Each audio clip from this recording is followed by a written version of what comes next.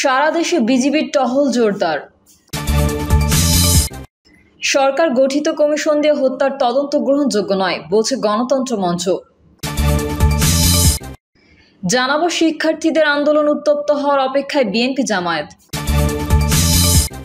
জনসাধারণের সম্মিলিত গণমিছিল প্রমাণ করে আজ সবাই ঐক্যবদ্ধ বলছেন ফখরুল। এবং সর্বশেষ জানাবো দেশবিরোধী তৎপরতা রোধে সবাইকে ঐক্যবদ্ধের আহ্বান কাদেরের। এতক্ষণ শুনছিলেন সংবাদ শিরোনাম, এবারে বিস্তারিত। তবে তার আগে অনুরোধ থাকবে আমাদের চ্যানেলটি সাবস্ক্রাইব করে বেল আইকনটি ক্লিক করুন। সারা দেশে বিজিবির টহল জোরদার। বৈষম্য বিরোধী ছাত্র আন্দোলনের ব্যানারে আজ শুক্রবার রাজধানী ঢাকা সহ দেশের বিভিন্ন অঞ্চলে গণমিছিল করেছেন আন্দোলনকারীরা। এতে একাধিক স্থানে সংঘর্ষ, ভাঙচুর এবং গুলিবিদ্ধের খবর পাওয়া গেছে। হবিগঞ্জে এক পথচারী নিহত হয়েছেন। ফলে দেশের সার্বিক অবস্থা বিবেচনা করে রাজধানী সহ সারা দেশে বিজিবির টহল জোরদার করা হয়েছে। বিজিবি সূত্রে জানা গেছে, রাজধানীর সচিবালয়, আগারগাঁও ডিপ্লোম্যাটিক জোন, শাহবাগ জাতীয় জাদুঘর, কাকরাইল মোড়, নাইটিঙ্গেল মোড়, উত্তরা মতিঝিল, শাপলা চত্বর, সায়েন্স ল্যাব, নীলক্ষেত, মোহাম্মদপুর বসিলা এলাকায় টহল জোরদার করেছে বিজিবি। পরিস্থিতি বিবেচনায় পরবর্তী নির্দেশনা না দেওয়া পর্যন্ত সতর্ক অবস্থায় মোতায়েন ও টহলে থাকবে বিজিবি। এদিকে আগামী রবিবার থেকে লাগাতার সর্বাত্মক অসহযোগ আন্দোলনের ডাক দিয়েছে বৈষম্য বিরোধী ছাত্র আন্দোলন। সরকার গঠিত কমিশন দিয়ে হত্যার তদন্ত গ্রহণযোগ্য নয় বলছে গণতন্ত্র মঞ্চ। সরকারের গঠিত কমিশন দিয়ে ছাত্র জনতা হত্যার তদন্ত কোনোভাবে বিশ্বাসযোগ্য ও গ্রহণযোগ্য হতে পারে না বলে মন্তব্য করেছেন গণতন্ত্র মঞ্চের নেতারা। শিক্ষার্থীদের ন্যায্য আন্দোলনে ঘিরে চলমান হত্যাকাণ্ডের আড়াল করতে এবং আন্তর্জাতিক বিশ্বকে বিভ্রান্ত করতে এই কমিশন গঠন করা হয়েছে বলে মনে করেন তারা। বিবৃতিতে বলা হয়েছে, জাতিসংঘের মানবাধিকার বিষয়ক হাই কমিশনারের প্রস্তাব অনুযায়ী একটি আন্তর্জাতিক স্বাধীন তদন্ত কমিশনের মাধ্যমে কোটা সংস্কার আন্দোলন ঘিরে হত্যাকাণ্ডের উপযুক্ত তদন্ত ও বিচার করতে হবে। তদন্ত ও বিচারের নামে কোনো ধরনের তামাশা জনগণ মেনে নেবে না। বিবৃতিতে বলা হয়, ভিডিও ফুটেজে দেখিয়ে সরকার দাবি করেছে র্যাব সদস্যরা হেলিকপ্টার থেকে কোনো গুলি করেননি। কিছু ভিডিও ফুটেজে দেখানো হয়েছে অনাকাঙ্ক্ষিত পরিস্থিতিতে বিজিবি কিছু ফাঁকা গুলি করতে বাধ্য হয়েছিল, তাও একজন মাত্র, সবাই মিলে গুলি করেনি। এসব ভিডিও ফুটেজে দেখিয়ে পররাষ্ট্র সচিব কূটনীতিকদের বলেছেন, আন্দোলনের তৃতীয় পক্ষ হত্যাযজ্ঞ ও ধ্বংসলীলা চালিয়েছে। শিক্ষার্থীদের আন্দোলন উত্তপ্ত হওয়ার অপেক্ষায় বিএনপি জামায়াত এখন আর রাজপথে নেই। তাদের সন্ত্রাস ক্যাডার এবং ভাড়াটে পেশাদার সন্ত্রাসীরা 16 থেকে 21শে জুলাই পর্যন্ত ঢাকা সহ সারা দেশে তাণ্ডব চালিয়েছে। বিভিন্ন গুরুত্বপূর্ণ স্থাপনাগুলো ভাঙচুর করেছে। এরা শিক্ষার্থীদের মধ্যে ঢুকে এমনভাবে নাশকতা করেছে যেন শিক্ষার্থী এবং সরকার মুখোমুখি অবস্থানে যায়। সেই ক্ষেত্রে তারা কিছুটা সফল হয়েছে বলেই বলা যায়।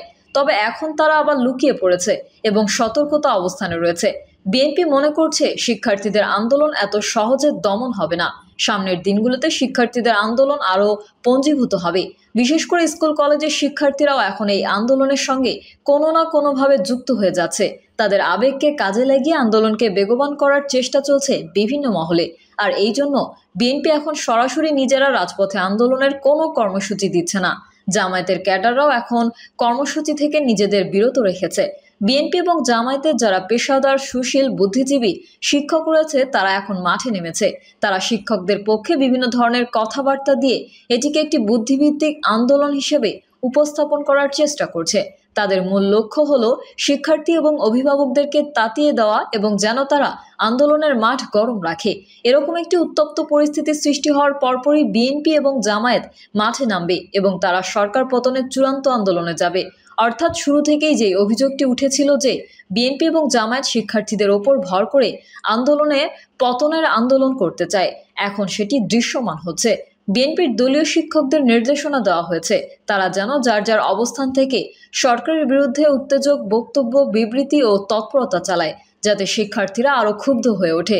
লক্ষণীয় ব্যাপার হলো, সুশীল সমাজ, বুদ্ধিজীবীদের মধ্যে জামায়াতপন্থী এবং বিএনপিপন্থীরা একাকার হয়ে গেছে। তারা যৌথভাবে এখন কাজ করছে। সাম্প্রতিক জাহাঙ্গীরনগর বিশ্ববিদ্যালয়ের বাংলা বিভাগের প্রধান, যিনি বিএনপিপন্থী শিক্ষক ফোরামের নেতা, তিনি সামাজিক যোগাযোগ মাধ্যমে একটি পোস্ট দিয়েছেন প্রধানমন্ত্রীর বিরুদ্ধে। এটিকে আবার তারা বিভিন্ন সামাজিক যোগাযোগ মাধ্যমে ছড়িয়ে দিচ্ছে।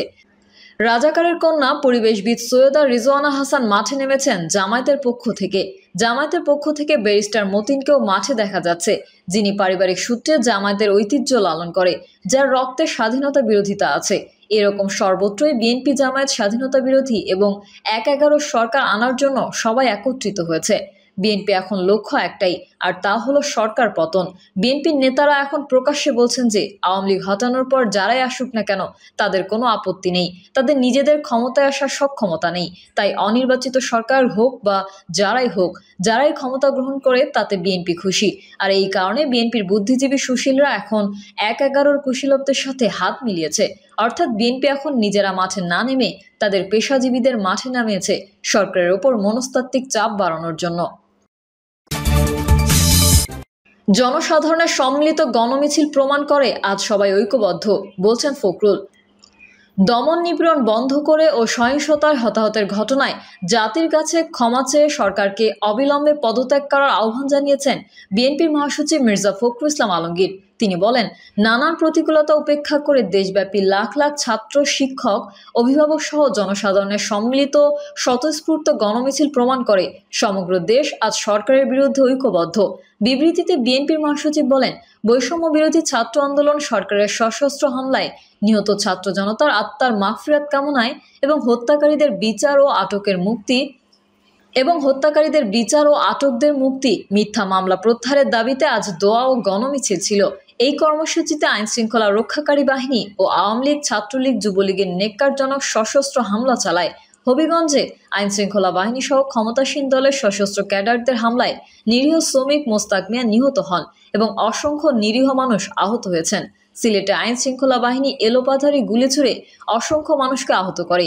সংবাদ সংগ্রহ করতে গিয়ে সাংবাদিক মিঠু দাস জয় গুলিবিদ্ধ হন। তিনি বলেন, উত্তরায় পুলিশ এবং আওয়ামী ক্যাডাররা গুলি ছুড়ে আহত করেছে শিক্ষার্থীদের। ছাত্রলীগের সন্ত্রাসীরা সেখানে নারী শিক্ষার্থীদের এক বাসায় আটকিয়ে রাখে। নরসিংদীতে ছাত্রীদের মিছিলে মহিলা আওয়ামী লীগের উচ্ছৃঙ্খল কর্মীরা হামলা চালায়। মির্জা ফখরুল বলেন, আজকের কর্মসূচি বানচাল করতে ফেসবুক, টেলিগ্রাম সহ সামাজিক যোগাযোগ মাধ্যমের বিভিন্ন সাইট বন্ধ করে দেয় সরকার।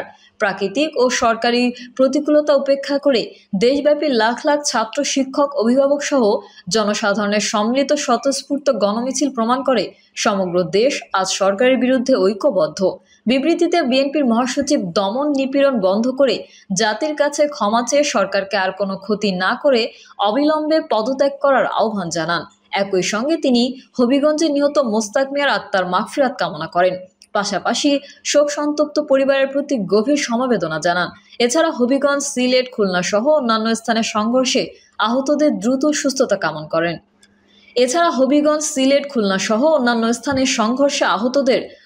সুস্থতা কামনা করেন।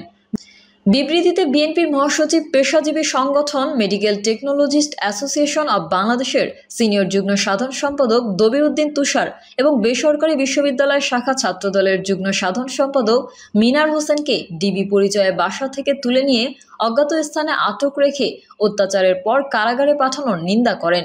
অবিলম্বে এই ধরনের নির্যাতন, নিপীড়ন বন্ধ করে আটক নেতাকর্মী, ছাত্র জনতার নিঃশর্ত মুক্তি দাবি করেন। মির্জা ফখরুল অভিযোগ করেন, শিক্ষার্থীদের আন্দোলনকে কেন্দ্র করে সারা দেশে রেকর্ড সংখ্যক মিথ্যা মামলার সংবাদ প্রকাশিত হয়েছে। আইনজীবীরা মামলার কাগজ তুলতে গেলে তা না দিয়ে হয়রানি করা হচ্ছে।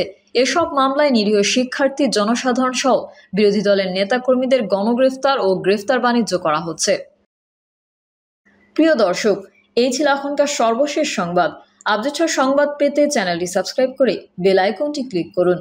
কমেন্টে আপনার মতামত জানিয়ে আমাদের সাথেই থাকুন। ধন্যবাদ সবাইকে। আল্লাহ হাফেজ।